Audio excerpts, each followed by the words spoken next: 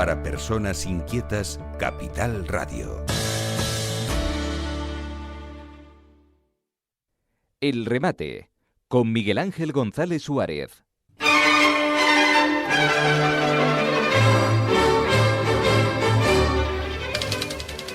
Bueno, ya tenemos con nosotros a Abel Román. Buenos días.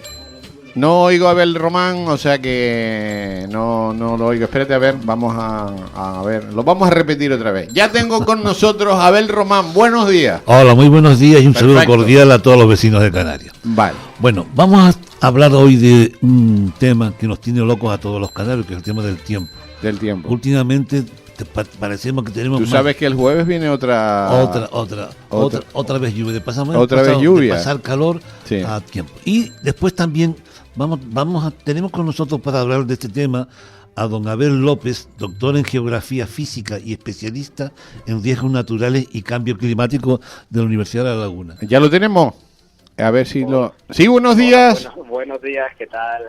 Buenos días. Le voy a llamar señor López porque si no, entre yo que yo me llamo Abel Román y usted Abel López, a los oyentes lo vamos a confundir. Una buena casualidad. Sí, bueno, vamos a ver. Vamos a tocar, aprovechando que ha tenido usted la amabilidad de darnos esta entrevista, de tres temas que nos preocupan a los canarios. Primeramente es el tema de los fallos que hay en las predicciones meteorológicas.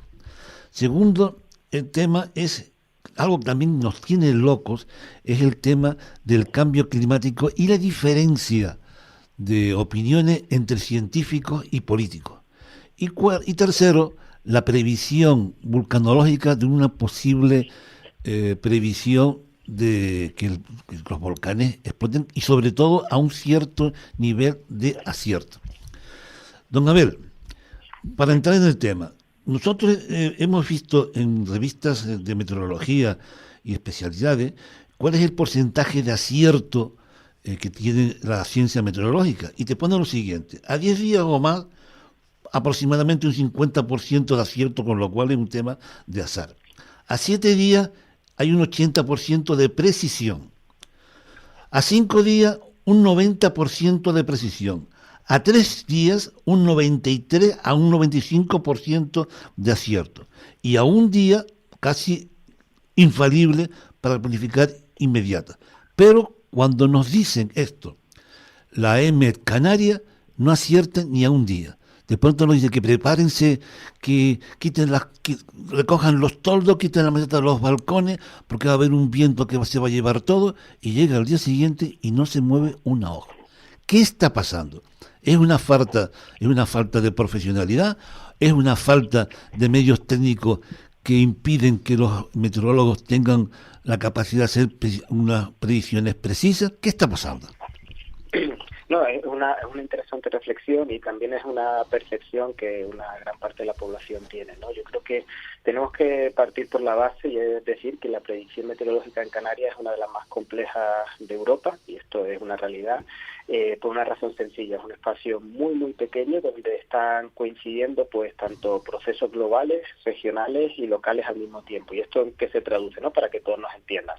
Pues que no basta simplemente con saber que hace una borrasca en el Atlántico, como la que tuvimos semanas pasadas con Terés, sino que también hay que entender cómo interactúan esos factores pues con nuestro complejo relieve insular, con algo que nos diferencia del territorio continental como es el océano, con nuestro tradicional régimen de alisios o con la diversidad microclimática que tiene cada isla, ¿no? Si nosotros mezclamos todos estos factores, da lugar a que predecir el tiempo en Canarias sea más difícil que en otros contextos, ¿no?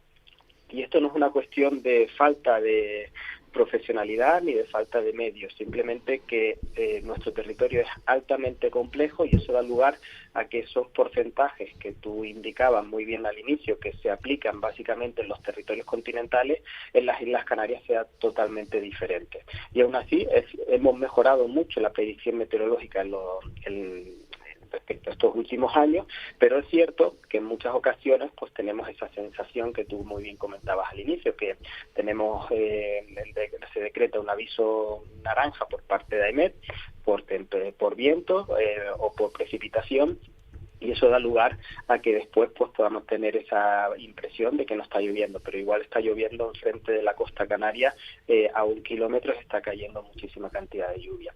También depende del parámetro que nosotros estemos proyectando. No es igual hablar sobre predicción aplicada a las precipitaciones que sobre las temperaturas. Sobre las temperaturas prácticamente nunca hay errores, es decir, son modelos mucho más fáciles de pronosticar que la precipitación, es la variable más compleja de pronosticar, y por eso también es la más fácil de poder fallar las predicciones, ¿no? Yo creo que eso es lo que tenemos que tener en consideración. Piensen que tenemos como antes comentaba, un relieve extremo en distancias muy cortas, lo vemos en la isla de Tenerife o La Palma. Tenemos una diversidad climática que no se da en ningún contexto nacional. Tenemos la influencia oceánica, que es un elemento clave para predecir también los volúmenes de precipitación. Jugamos con la cercanía al Sáhara, que eso implica otras cuestiones, y al final, si le sumamos todos estos factores, da lugar a que sea altamente complejo la predicción en el archipiélago. Pero, don señor López, hay una cosa que antes no ocurría esto. Antes, cuando nos decían los meteorólogos que iba a llover, pues llovía. Una llovizna, un chubasco, un poquito más, un chaparrón, pero el chaparrón no duraba un mes, duraba media hora, una hora, hora y media, pero siempre acertaban. Ahora no. Y además, y otra cosa importante, no aciertan ni un día antes, que es cuando más capacidad hay de acertar. Por ejemplo, dicen, va a llover en el norte, va a llover, y entonces cogen y hacen que toda la isla va a llover. Vamos a ver, no saben que va a llover en el norte y en el sur, ¿no? O que en el sur va a llover y en la zona de Santa Cruz, ¿no? No se puede poner más hincapié en las zonas realmente importantes, como son los grandes centros de población, como Santa Cruz, La Laguna, Puerto de la Cruz, o al sur. ¿No puede haber una mayor capacidad de acierto de esta manera? Porque a veces a mí me dicen, no, va a haber unos vientos huracanados en las alturas, y de pronto vemos que ponen alerta roja de vientos para toda la isla, cuando solamente va a haber en las cañadas. Esto es interesante lo que plantean, ¿no? Porque...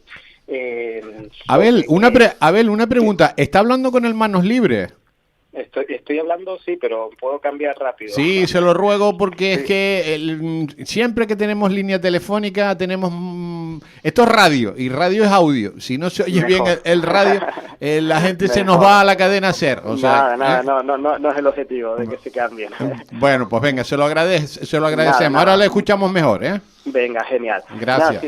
Me comentaba que es muy interesante esa visión, ¿no? Yo creo que tenemos que también interiorizar, y esto es un aspecto de mejora desde el punto de vista de la Agencia Estatal de Meteorología, pero también desde nuestra Dirección General de Seguridad y Emergencia del Gobierno de Canarias, ¿no?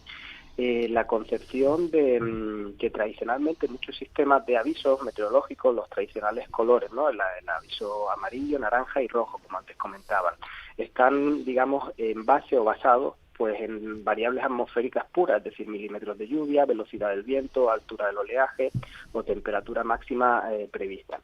Y este enfoque es útil desde el punto de vista técnico, pero tiene una limitación súper importante a mi juicio, ¿no? Y es que la ciudadanía al final no sufre milímetros ni hectopascales, ni sufre al final impactos reales sobre su seguridad, movilidad, salud o bienes. Yo creo que eso es una cuestión interesante, y la tendencia internacional va hacia que intentemos evitar este sistema de avisos más tradicional basado en cuánto va a llover o qué temperatura va a ser, y trabajar en una cuestión que se vinculaba muy bien con la reflexión que antes hacía Abel Román, ¿no? Es decir, trabajar sobre los impactos, sobre las consecuencias previsibles del fenómeno. Yo creo que esta es una de las cuestiones que más tenemos que mejorar de cara al futuro. Es decir, normalmente en ese modelo que yo puedo denominar antiguo, siempre estamos hablando de aviso amarillo por lluvia a 15 milímetros hora.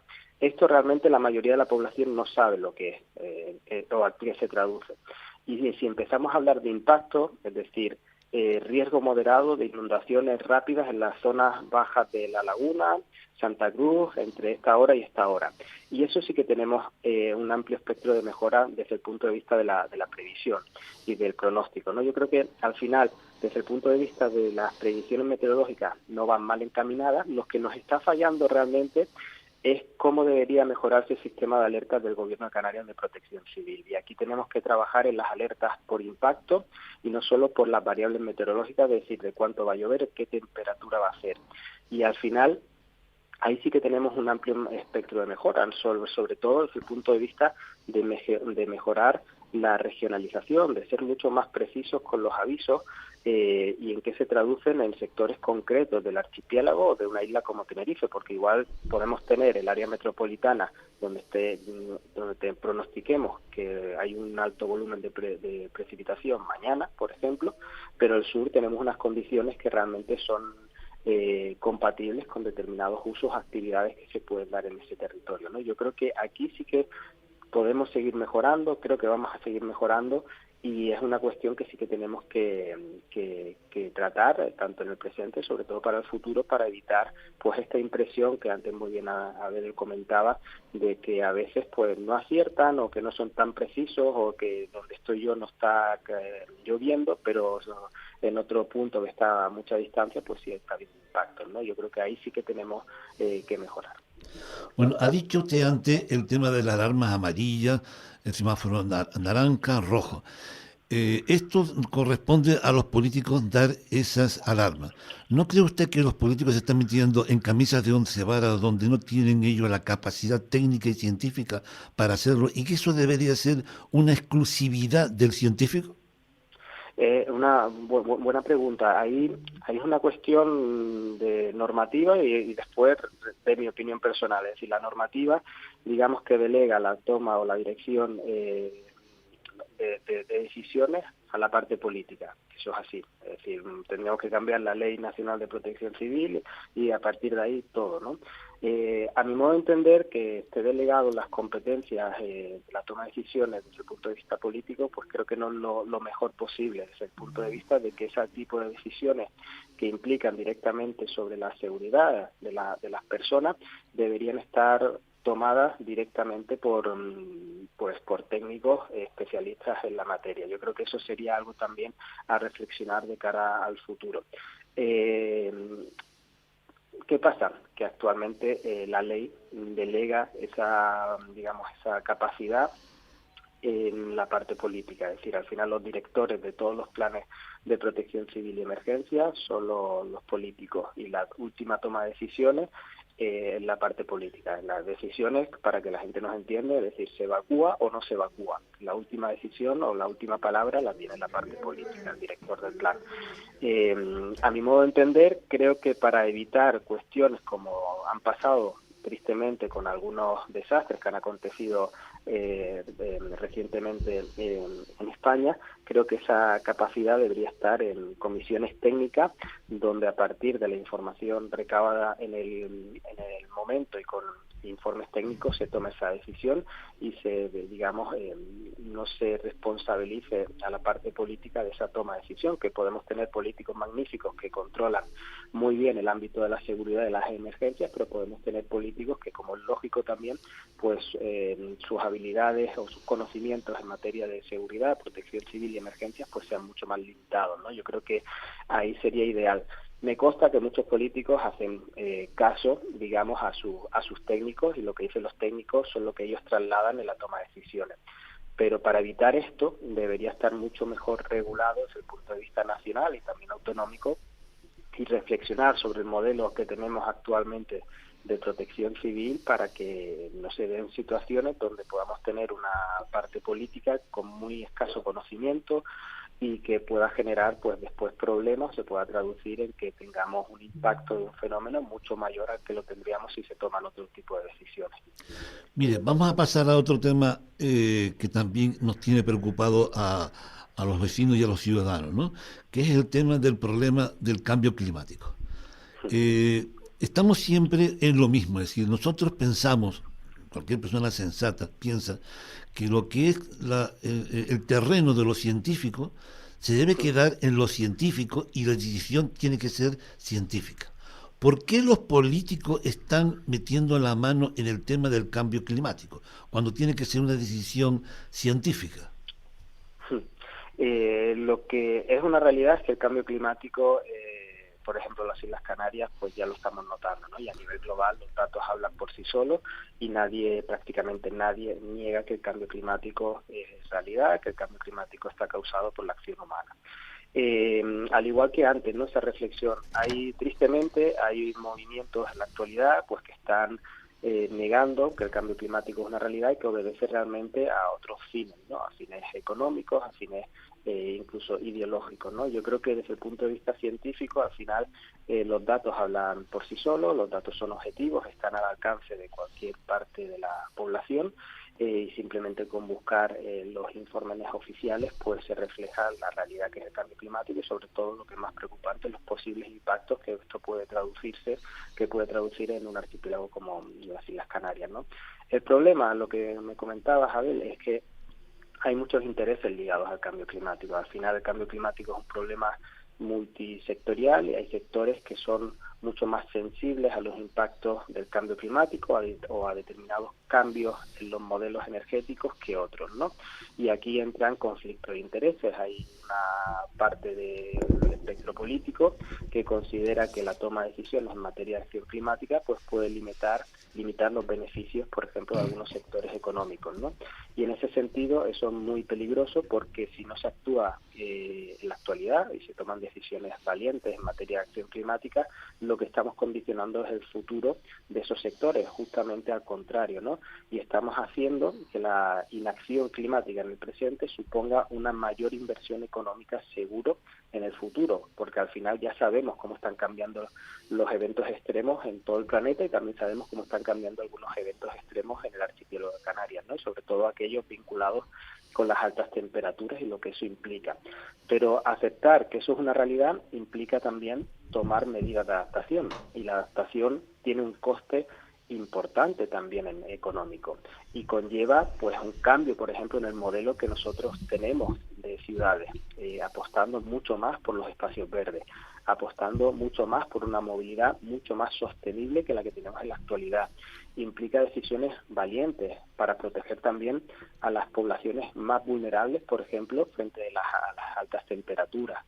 Las temperaturas es el fenómeno que mayor mortalidad tiene asociado con el cambio climático, no las precipitaciones, no las inundaciones, sino el elemento que más víctimas mortales causa al año, tanto por máximas temperaturas, pero también por eso que se denominan noches tropicales, que son aquellas por encima de 20 grados, o las noches infernales, que se denominan por encima de los 30 grados, son los que más víctimas mortales causan, ¿no? Y proteger a la población implica invertir tiene un coste económico importante también, y por eso el tema de que hay políticos que tristemente pues siguen negando la cuestión del cambio climático, la importancia de la Agenda 2030 como una directriz de qué modelo deberíamos tener como sociedad mucho más justo, más igualitario. Perdón, Abel, perdone que le interrumpa.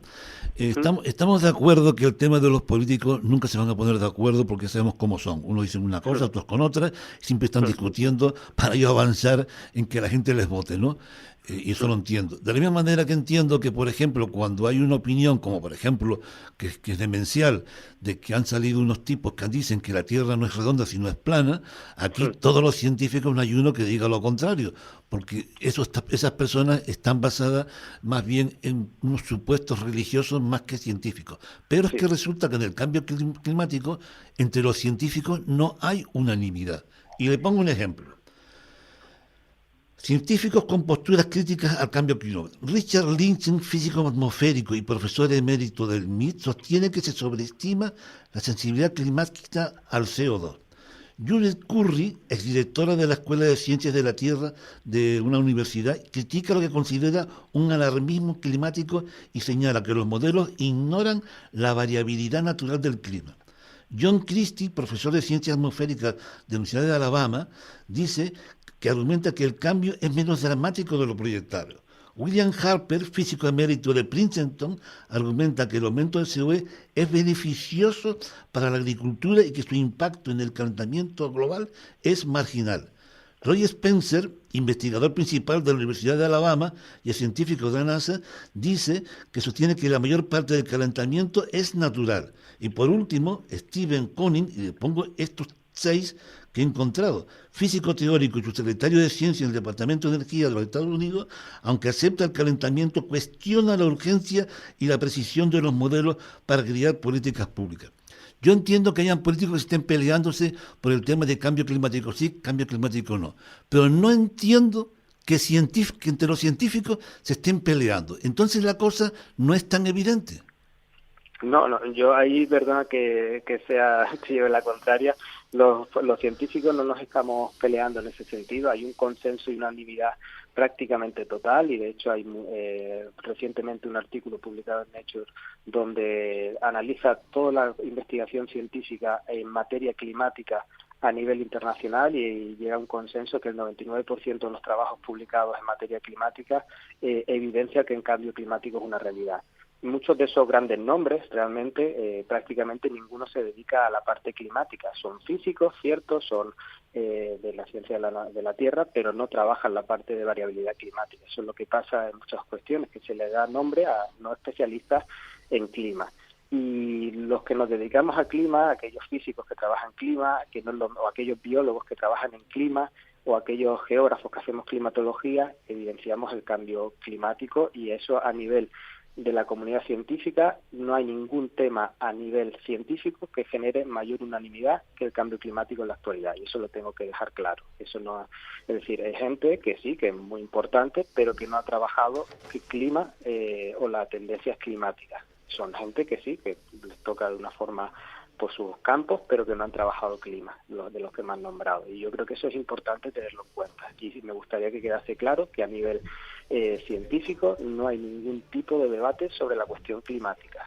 Prácticamente el 99% de la comunidad científica, y si no, te reto a que me busques algún tipo de tema donde haya tal evidencia científica, constata que el cambio climático en la actualidad es de origen humano, y que la causa directa son las emisiones de gases de efecto invernadero desde la época, a partir de la época preindustrial. Bueno, vamos a cambiar de tema. Vamos a pasar al tema vulcanológico. ¿Sabe usted qué es lo que pasó en La Palma? Que los expertos en vulcanología no supieron predecir y avisar a la gente ni siquiera un día antes de que cuando el volcán explotó. ¿Por qué no supieron avisar a la gente ni siquiera un día antes? ¿Qué falló? A ver, aquí entramos también en una cuestión como la predicción meteorológica. Es cierto que cuando vemos lo que pasó es muy fácil de aventurar que no tuvieron la capacidad de predecir. La evolución de las últimas horas fue excesivamente rápida en la sismicidad, pasamos de una sismicidad media a una sismicidad bastante superficial, y es cierto que había indicios de que iba a haber una erupción, y que a mi modo de entender, y esto ya sí que es una cuestión más de opinión, yo no soy experto en vulcanología, no soy vulcanólogo, es cierto que la única cuestión que tuvimos que igual reflexionar sobre ello es la necesidad de haber hecho una evacuación pues antes, ¿no? Esa es la única cuestión que a mi modo de entender pues no hubiese pasado nada pues por haber evacuado algo antes de lo que... Ahí fue una responsabilidad política, ¿no? Política, es decir, desde el punto de vista científico, a ver, yo no conozco los informes que estaban sobre la mesa, los datos que estaban sobre la mesa para poder decirte pues que acertaron o no acertaron. Yo sí que sé que la prevención es la máxima y seguramente con los datos que había sobre la mesa pues... ¿A usted qué, don Abel, a usted qué le parece que esas decisiones estén declaradas secretas y denunciadas ante un juzgado?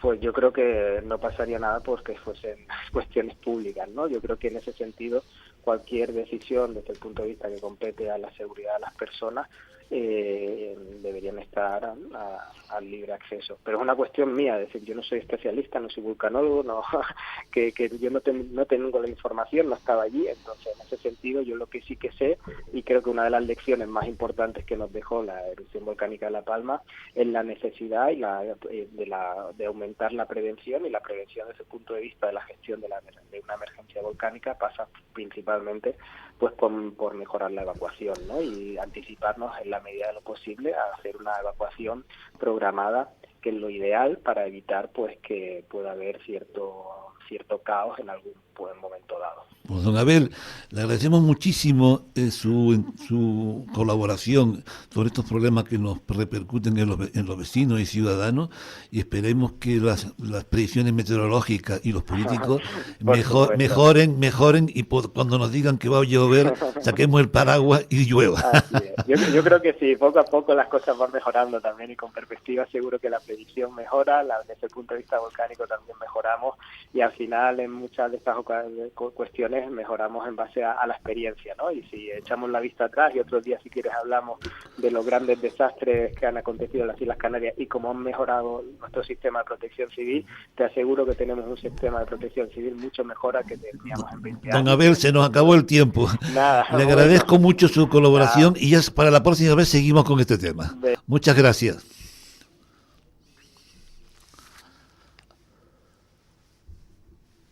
Personas inquietas, Capital Radio.